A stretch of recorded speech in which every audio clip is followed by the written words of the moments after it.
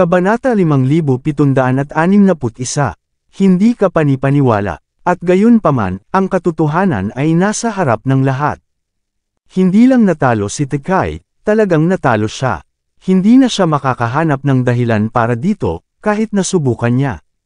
Hindi, imposible ito. Naramdaman ni Nana ko ang panghihina dahil sa gulat. Pumunta kayo, lahat kayo. Nanginginig ang mga mandirigma at ninja ng pamilyang Kawashima bago sumugod.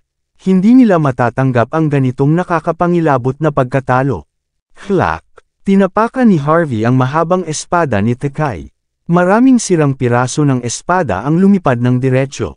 Oh! Narinig ang mga sigaw ng sakit, at ang mga eksperto ng pamilyang Kawashima ay nagtatakip ng kanilang mga paa at kamay o gumugulong sa lupa, na umiiyak habang ginagawa iyon. Natamba ang pamilyang Kawashima. Walang alinlangan. Hindi lang si Nana ko ang nagulat, natigilan rin si Aryan, at ganun din si Miley.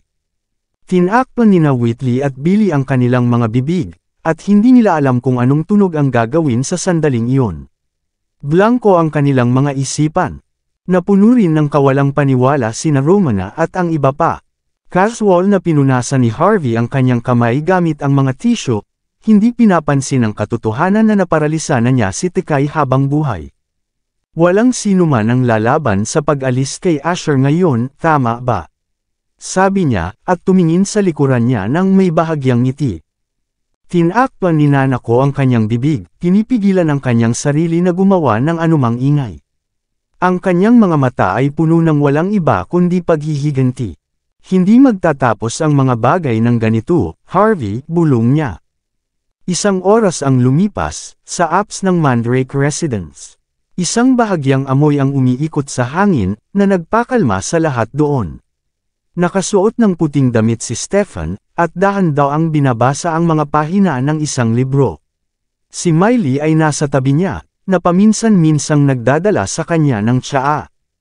Pagkalipas ng ilang minuto, pumasok si Aryan na may malubhang ekspresyon.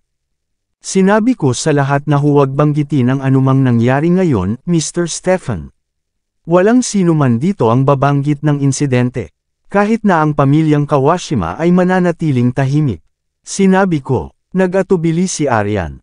Ngumiti si Stefan. Hayaan mo akong magtanong sa iyo.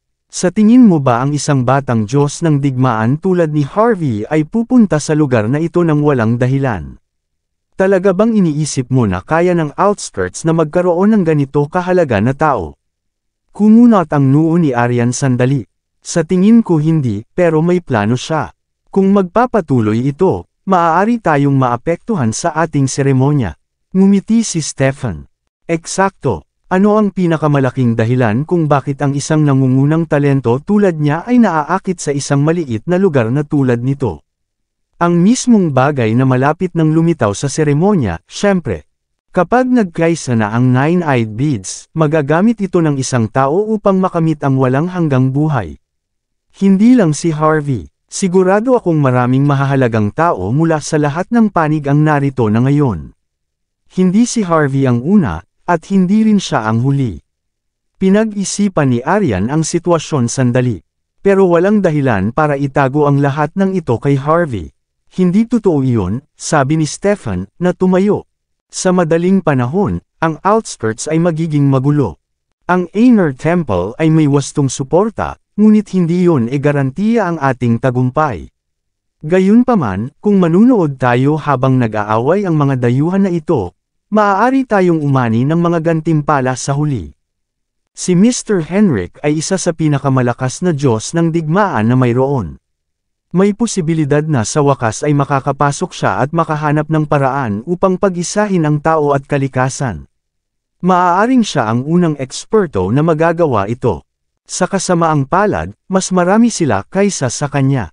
Hahayaan natin silang mag-away, ganyan natin makukuha ang ating pagkakataon. Matagal na panahon, patuloy na nagbabago ang ekspresyon ni Aryan. Sigurado akong may mga plano ka, Mr. Stefan, sa wakas ay sabi niya, pero may isang huling tanong ako. Papatayin ba natin ang mga Islanders? O hahayaan natin silang mabuhay? Bakit natin sila papatayin? Sagot ni Stefan. Ang ating pakikipagtulungan sa kanila ay nagsisimula pa lang. Masama kung tatapusin na natin ang mga bagay dito. Turuan sila ng aral, at tiyakin na malalaman nila na wala tayong nagawa kundi labanan sila sa pagkakataong ito. Pero kung gusto nilang maghiganti, susuportahan natin sila ng buo. Harvey York, ikaw na hayop, papatayin kita. Alas 4 ng hapon, nagising si Tekay mula sa kanyang bangungot. Ang buong katawan niya ay natatakpan ng mga benda. Isang nakakaawang tanawin. Nang subukan niyang tumayo, napagtanto niyang ang buong katawan niya ay hindi kapani-paniwalang mahina. Naparalisa siya, ang mga dekada ng pagsasanay, ay nawala sa loob lamang ng isang araw. Iniisip iyon, kinagat ni Tekay ang kanyang ngipin ng napakasakit na halos masira ang isang ngipin. Binanggit niya ang bawat masamang insulto na kaya niyang isipin. Kung ang mga salita ay nakakapatay, si Harvey ay mapapahamak na ngayon. Nagkatinginan ng iba pang miyembro ng pamilyang Kawashima, at hindi nila alam kung paano aliwin si Tekay. Pagkatapos ng lahat, ang kanyang lakas ay hindi lang babalik sa ilang salita. Kumurap ang mga mata ni Nanako, at pagkatapos ay humakbang siya pasulong. Ang hayop na iyon ay nagnakaw ng pag-atake sa iyo, tiyuhin. Kung hindi dahil doon, batay sa iyong lakas, hindi ka sana matatalo. Sigaw niya. Hey, sa tingin mo ay ganoon. Malamig na tumawa si Tekay. Itinaas niya ang kanyang ulo, upang makita si Nanako na nagmumukhang mapanlinlang. Tigilan mo na ang pagsisinungaling sa iyong sarili. Kahit na matapos ang 10 taon, malamang na hindi pa rin ako makakapantay sa maliit na hayop na iyon. Nasa antas na siya na nakakatakot. Kung patuloy siyang lalago, siya ang magiging pinakamalaking hadlang ng Island Nations. Hindi kaya ng pamilyang Kawashima na harapin ang isang kilalang tao na tulad niya. Tatalunan niya ang buong bansa. Kung hindi dahil sa iyo, hindi sana ako napunta sa ganitong kalagayan. Kinagat ni Tekay ang kanyang ngipin, at galit na galit. Hindi nakakatakot ang pagkatalo, ngunit ang pagiging baldado ay nakakatakot. Ano ang gagawin niya sa natitirang bahagi ng kanyang buhay? Gusto niyang patayin ang taong nagsimula ng lahat ng ito. Nakakahiya na hindi na niya magagawa iyon. Nag-atubili si Nanako sandali. Ano ang gagawin natin ngayon? Ngayong ganito ka na, halos wala ng lakas ang ating pamilya. Naging mga walang ngiping tigre na tayo dito, sabi niya. Huminga ng malalim si Tekay para pakalmihan ang sarili. Dahil ang hayop na iyon ay nakalaan na maging pinakamalaking kaaway ng Island Nations, dapat nating hingin ng tulong ng maharlikang pamilya sa lalong madaling panahon. Hilingin sa kanila na ipadala ang ilan sa mga nangungunang talento sa aking pangalan. Ito lang ang paraan para maharap natin si Harvey York. Bukod doon, kailangan natin ng isang pangkat ng mga tao para mag-imbestiga sa kanya. Malamang na peke ang kanyang pagkakakilanlan. Kung hindi natin malaman kung sino talaga siya, may malaking posibilidad na mabigo tayo. Sa anumang kaso, kailangan nating tiyakin na ang ating susunod na pag-atake laban sa kanya ay magiging epektibo. Kailangan siyang mamatay ng masakit. Matapos marinig ang mahusay na plano ni Tekay, nagbuntong hininga ng may ginhawa si Nanako at ang iba pa. May pagkakataon pa rin. May pagkakataon pa rin ang ating pamilya. Isa pang bagay, pinag-isipan ni Tekay ang sitwasyon sandali. Tawagan mo si Young Master Colby.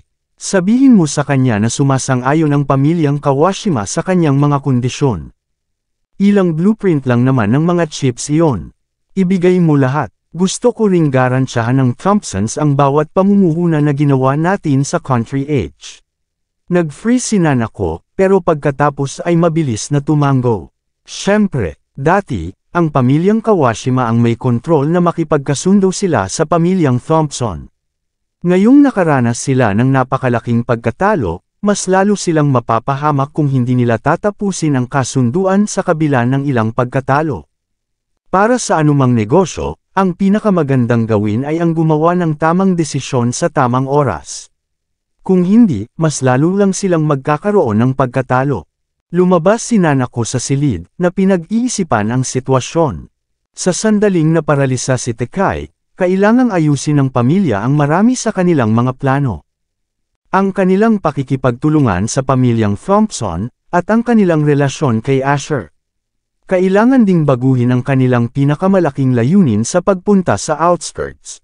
Isipin mo na ang isang maling hakbang ay sapat na upang magdulot ng napakalaking pinsala. Ngayon, nagsisimulang magsisisinan ako na nagtanggol sa walang kwentang hayop na iyon. Habang desperadong sinusubukan ng Inner Temple at ng pamilyang Kawashima na ayusin ang sitwasyon. Si Harvey ay nasa silid ng pagtatanong ng istasyon ng pulisya. Pinaikot-ikot niya ang kanyang soda habang nakatitig kay Asher ng may naniningkit na mga mata. Asher, hindi ka pa rin ba magsasalita? 6 na oras na. Dapat mong malaman na kung may nagtangka, matagal ka nang nakalaya ngayon. Ang katotohanan na nandito ka pa rin ay nangangahulugan na talagang pinabayaan ka ng iyong pamilya. Ang mga Islanders na pinagkakatiwalaan mo ay wala na. Nagtago na rin ang iyong taga-suporta. Sabihin mo sa akin, ano pa ang maaasahan mo sa puntong ito? Ngumiti si Harvey. Kung makikipagtulungan ka kay Director Dutch at patunayan ang aking kawalang kasalanan, magkakaroon ka ng pagkakataon na palayain ang iyong sarili. Gaano kasimple? Hindi mo ba ito tatanggapin? Hindi ka makakaligtas kung hindi. Itinaas ni Asher ang kanyang ulo upang tumingin kay Harvey. Tama na ang pagpapakita, Harvey. Kung may paraan ka para harapin ako, ginawa mo na sana ngayon. Dahil hindi pa rin ako nasasaktan, nangangahulugan iyon na walang makakagalaw sa akin. Kahit ikaw, hahayaan kong matapos ang mga bagay dito kung pakakawalan mo ako. Kung hindi, sisiguraduhin kong mamamatay ka ng masakit. May determinadong tingin si Asher sa kanyang mukha, na parang hindi siya susuko kay Harvey. Sa totoo lang, takot na takot siya. Nagpapanggap lang siya, at umaasa na makita ang liwanag sa dulo ng tunnel. Pero alam na niya na nawala na ang lahat ng pag-asa ng talunin ni Harvey si Tekay. Talagang sinusubukan kong bigyan ka ng pagkakataon, young Master Asher, sabi ni Harvey nang may ngiti. Galing tayo sa parehong unibersidad. Ikaw ang aking senior, tama ba? Kung ayaw mong tanggapin ang aking kabutihan, huwag mo akong sisihin sa mangyayari sa susunod. Dapat mong malaman kung paano humaharap sa mga bagay dito si Director Dutch. Turo ni Harvey kay Dutch, na nakatayo sa may pintuan. Kusang tumingin si Asher sa direksyon na iyon, at nanginginig ang kanyang mga mata. Hindi na kailangang takutin mo ako, Harvey. Ako ang nag-frame sa iyo. Ako ang nag-ayos ng lahat. Ang kagamitan, materyales, at ang mga bagay na itinanim sa iyong villa lahat iyon ay ako. Gawin mo ang gusto mo sa akin. Pero kung mamamatay ako sa iyong mga kamay, hindi ka rin makakaligtas. Pumikit si Asher, at naghihintay sa kanyang nalalapit na kamatayan. Bum-ontong hininga si Harvey. Alam nating dalawa na hindi ko hinihingi ang pangalan ng iyong taga-suporta. Gusto kong malaman kung sino ang tunay na salarin sa insidente ng DZ Peel. Hindi ako interesado na patunayan ang aking kawalang kasalanan sa una. Sa sandaling nahulog ka sa aking mga kamay, ligtas na ako. Pero mausisa ako. Sino ang magbebenta ng ganitong nakakapinsalang gamot sa outskirts para saktan ang susunod na henerasyon? Hindi ako makakatulog ng maayos hanggat hindi ko nahaharap ang ugat ng problema. Nagtaas ng kilay si Asher. Sino sa tingin mo ang sarili mo? Sinusubukan mo bang ipatupad ang hustisya? Pangungot siya niyang sabi. Kabanata 5765. Nagkibit balikat si Harvey. Hindi ko masasabi iyon, pero dahil sinisisi ako sa isang bagay na hindi ko ginawa, wala akong magagawa kundi makialam, tama ba? Well, hindi sapat ang pagpapatunay ng aking kawalang kasalanan. Bukod sa taong nag-frame sa akin, gusto kong mawala ng tuluyan ang lahat ng sangkot sa insidente ng DZ Peel. Kung hindi, hindi ako makakatulog ng maayos. Nagtaas ng kilay muli si Asher. Malakas ka, pero hindi ibig sabihin na magagawa mo ang lahat ng gusto mo. Iminumungkahi kong umalis ka na habang maaga pa. Maaari kang mabuhay ng ilang taon pa sa ganoong paraan. Wala kang makukuha sa pag-alam ng sobra, maliban kung gusto mong mamatay ng mas mabilis. Magiging matapat ako. May isang malakas na organisasyon ang sangkot dito. Maraming miyembro ang organisasyong iyon, at marami silang pera, at karaniwan silang nagtatago. Mas mahalaga, umiiral na sila mula pa noong sinaunang panahon. Ang mga dizzy pills ay isang side product lang para sa kanila. Kahit na wala ang mga gamot na iyon, mayroon pa rin silang ibang paraan para kumita ng pera. Gusto mong mawala sila, patuloy kang mangarap. Medyo nagmamayabang si Asher. Hayaan mong sabihin ko sa iyo. Maraming tao na katulad mo sa organisasyon. Dagdag niya ng mayabang. Naiintindihan ko. Tumango si Harvey. Dahil napakasungit mo, at kung hindi pa rin ako makakagawa ng isang edukadong hula tungkol sa organisasyong ito. Medyo bobo ako, hindi ba? Isang edukadong hula. Tumawa si Asher. Luluhad ako kung makakagawa ka talaga ng hula. Ako, natigilan siya, ang mukha niya ay nakakatakot na ekspresyon.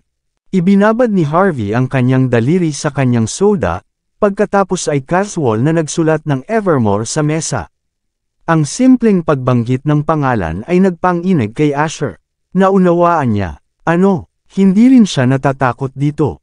Mula pa noong sinaunang panahon, sinubukan na ng Evermore na likhain ang everlasting pill. Habang ginagawa iyon, nagawa nilang mag-imbento ng isang side product. Kahit na gumagawa lang sila ng dizzy pill sa outskirts, kumikita pa rin sila ng malaking pera. Ligtas na sabihin, ang sinumang nakakaalam nito ay iiwas sa isang sinaunang organisasyon. Pero iba ang lalaking nasa harap ni Asher. Kumaway si Harvey, hudyat kay Dutch na putulin ang pinagkukunan ng kuryente ng silid. Tiniyak niyang walang gumaganang kagamitan, at pagkatapos ay ngumiti ng malumanay kay Asher.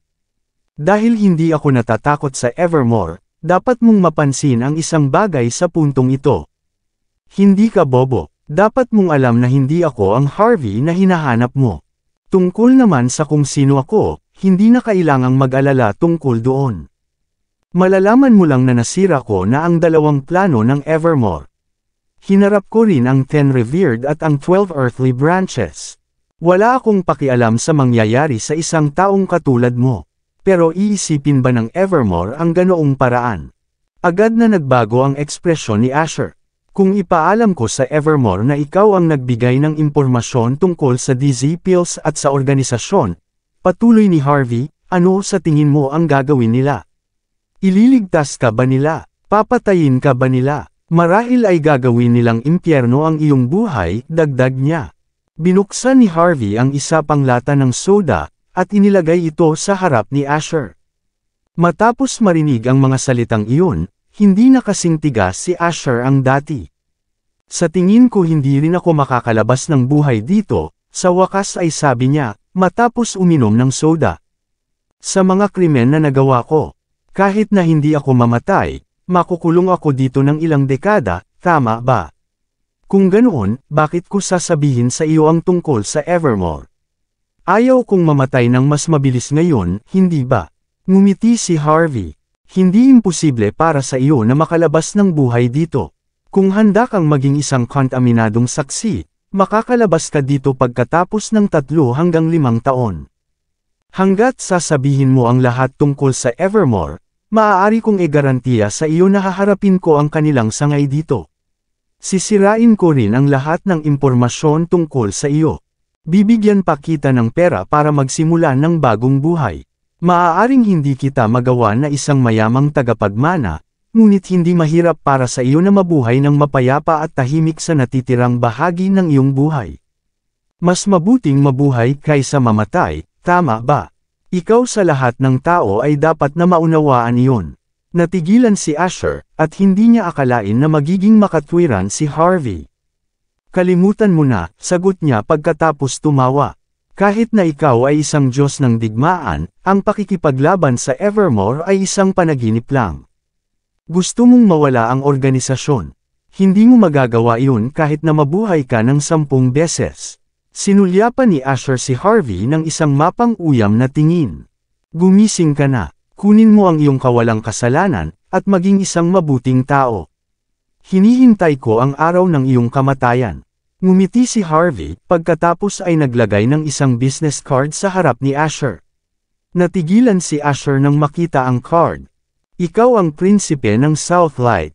Gulat niyang sabi. Pero hindi sapat iyon. Hindi sapat ang pagkakakilanlang iyon para labanan ang Evermore.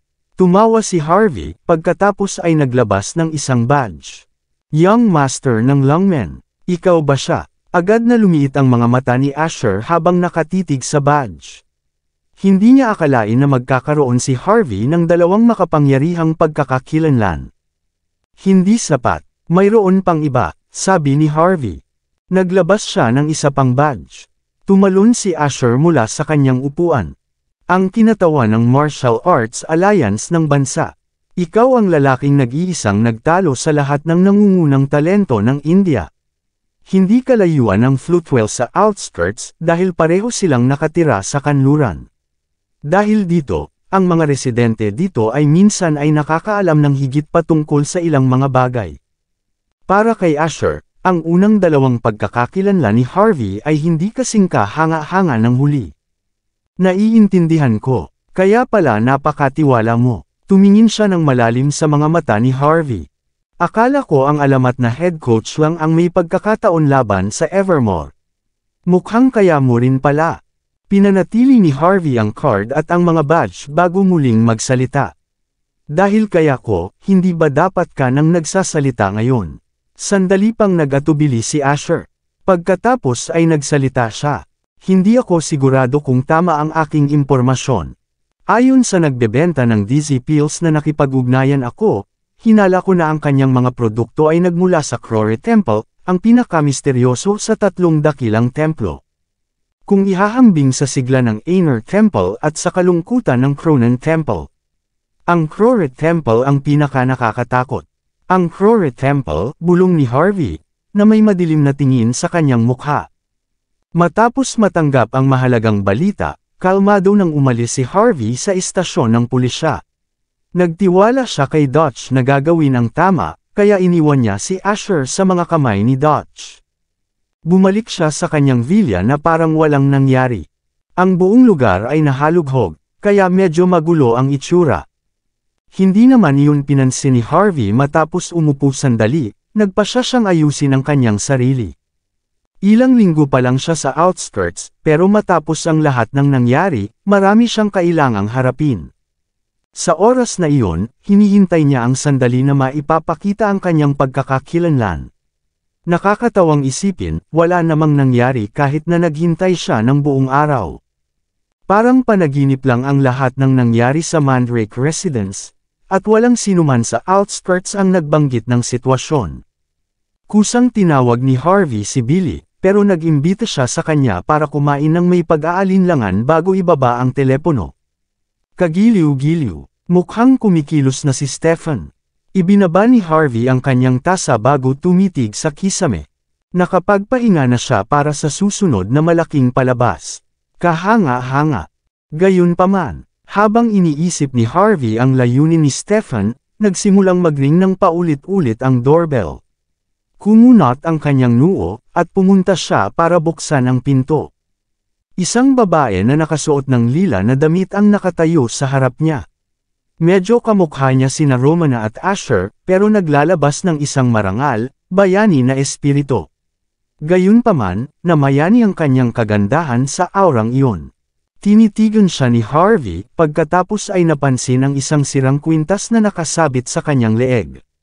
Ibinigay sa kanya ni Kyrie ang isa pang kalahati. Ngumiti siya. Miss Sierra Klein ng Wolven Tribe. Sinuri ni Sierra si Harvey, at ngumiti ng malumanay. Ikaw ang eksaktong inilarawan ni Kyrie sa akin. Sabi niya na makikilala mo ako sa sandaling magkita tayo. Tila ito ay tadhana. Hindi. Umiling si Harvey. Ito ang ating unang pagkikita. Huwag kang magsalita ng ganyan. Kung may kailangan ka, ipaalam mo lang sa akin. Para kay Kyrie, gagawin ko ang lahat ng aking makakaya para tulungan ka.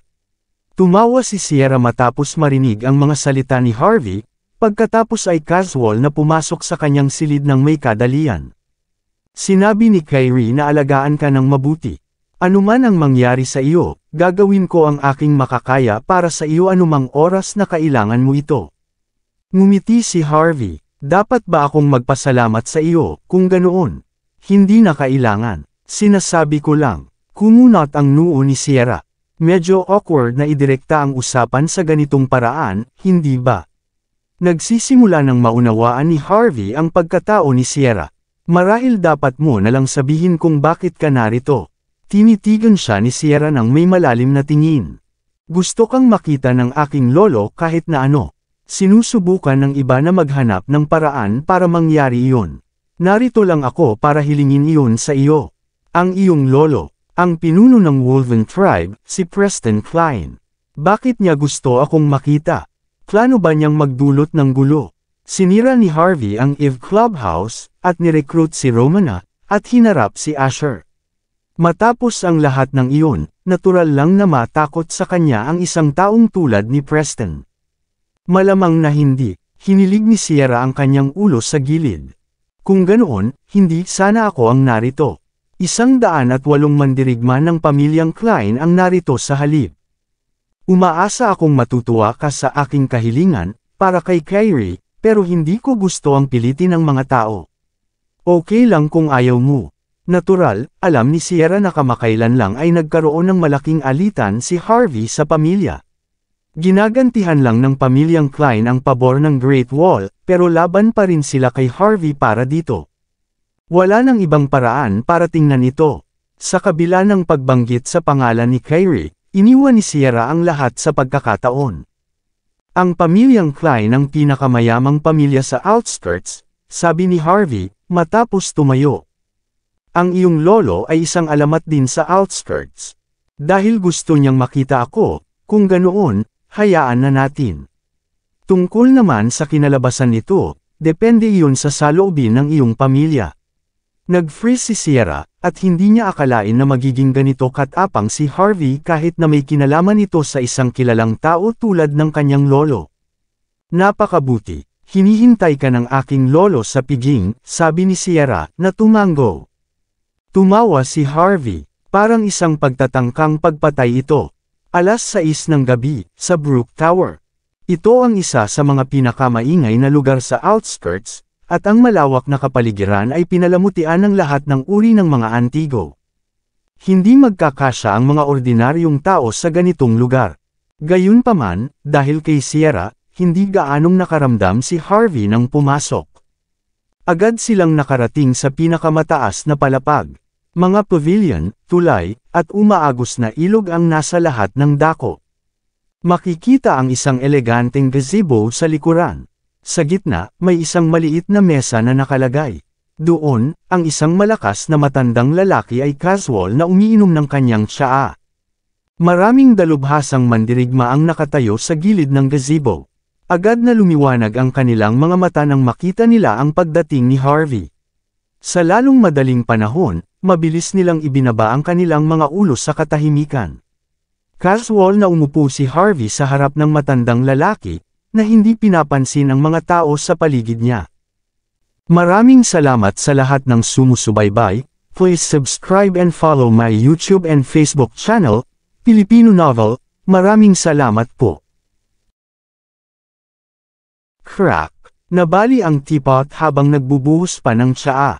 Walang sino man ang umaasa na ang eleganteng teapot na ginamit para pagsilbihan si Harvey ay biglang masisira. Ang kawalang takot at casual na saloobin ni Harvey nang umupo ay nagpang-inig kay Preston. Bam! Casual na itinapon ni Preston ang hawakan sa mesa, pagkatapos ay itinaas ang kanyang ulo upang tumingin kay Harvey ng may ngiti. Tulad ng inaasahan mula sa isang bata at mahusay na lalaki. Bago kita makilala, palagi kong iniisip na ang mga bata ay mas mababa lang. Pero matapos makita ka, napagtanto kong nasayang ko ang aking oras sa lahat ng mga taong ito. Hinaway ni Preston ang kanyang kamay. Halika, dalhin mo ang aking Darwin Chalice. Nag-freeze sina Sierra at ang iba pa. Ang Darwin Chalice ang pinakamamahal na bagay ni Preston. Ayon sa kanya, walang sinuman sa outskirts ang karapat-dapat para ilabas niya ito.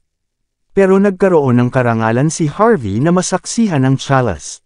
Mas mahalaga, si Preston mismo ang humiling na ilabas ito. Medyo bihasa si Harvey sa mga antigo, at alam niyang ang Darwin Chalice ay natuklasan noong panahon ng isang sinaunang dinastiya. Noong nakaraan, ito ay isang bagay mula sa maharlikang pamilya, at ito ay kumakatawan sa isang makapangyarihang pagkakakilanlan. Sa lalong madaling panahon ay dinala ang Darwin Chalice. Naghain ng tsaa si Preston, na nakangiti. Hindi na kailangang magpigil, Harvey. Magiging prangka ako. Pinag-aaralan kita buong araw. Naisip ko ang mga paraan para harapin ka, at bantaan ka, para lang maibalik ng pamilyang Klein ang reputasyon nito.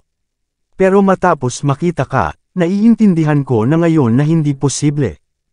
Ang pamilya ay hindi pa nagkakamali kailanman, pero ang pakikipaglaban sa iyo ay tiyak na isang exception. Dapat na sarado na ang Eve Clubhouse. Karangalan din para kay Romana na pagsilbihan ka.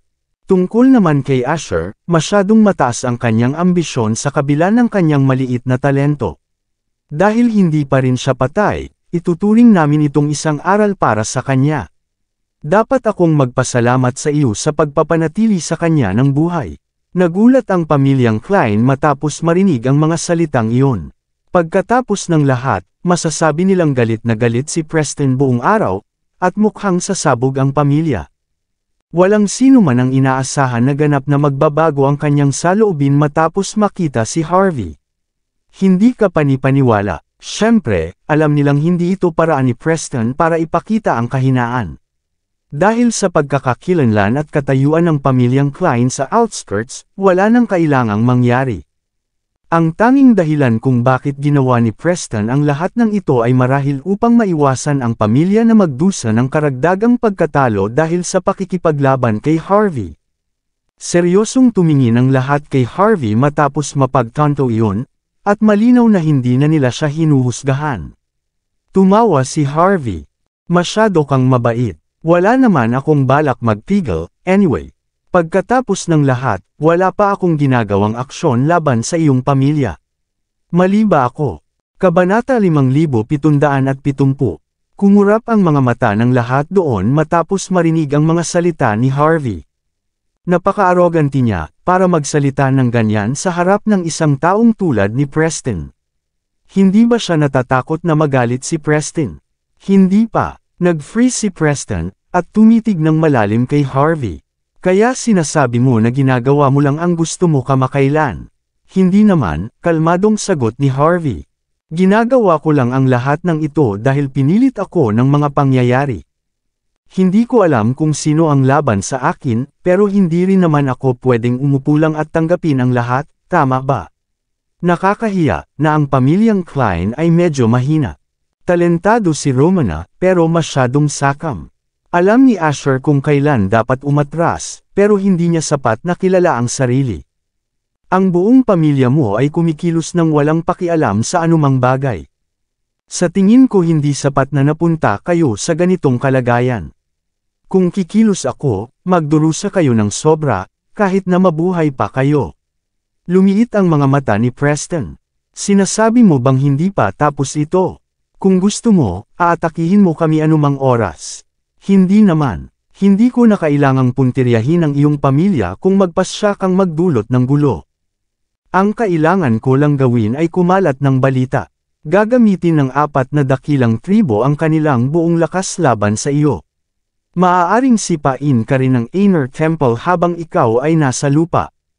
Maaaring mukhang mahirap sa iba, pero ang pagkaligtas ng iyong pamilya ay nakasalalay sa aking kalooban. Kumurap ang mga mata ni Preston, at hinampas niya ang mesa ng kanyang kamay. Napakatalento mo, kaya mabait ako sa iyo. Pero sino ba talaga ang tingin mo sa sarili mo? Hindi nagbago ang ekspresyon ni Harvey. Ang pamilyang Klein ay kapantay ng pamilyang Higgs. Para sabihin ko ng diretsyo, parehong maharlikang pamilya ng outskirts. Samantala, ang pamilyang Higgs ay mga inapo ng pamilyang Klein. Ang mga mayayamang pamilya tulad ng sa iyo ay talagang sinusubukan na maibalik ang kanilang nawalang kaluwalhatian dahil sa pagiging nasa mga outskirts ng matagal. Ibig sabihin, kailangan na talunin ang 4 na dakilang tribo at ang 3 dakilang templo. Mula sa isang tiyak na pananaw, maliban sa pamilyang Higgs, wala kang kaalyado. Tandaan mo yan, gaano kahirap na sirain kayo. Sa isang simpleng dahilan para pamunuan ang sitwasyon, makakahanap ng pagkakataon ang 4 na dakilang tribo at ang 3 dakilang templo upang bantaan ang inyong pag-iral. Sisirain ang pamilyang ito na walang oras. Tinitigan ng husto ni Preston si Harvey. Anong pagkakataon? Tumawa si Harvey. Sasabihin ko sa kanila na ang pamilyang Klein ang may hawak ng nine-eyed bead. Sa tingin mo ba makakaligtas ang iyong pamilya pagkatapos noon? Agad na nawala ang kulay ng mukha ni Preston. Tumalon siya mula sa kanyang upuan, at sinulyapan si Harvey ng isang nakamamatay na tingin. Mas mabuting hindi ka magkukwento ng mga kalokohan, bata. Wala ang pamilyang Klein ng ganitong bagay.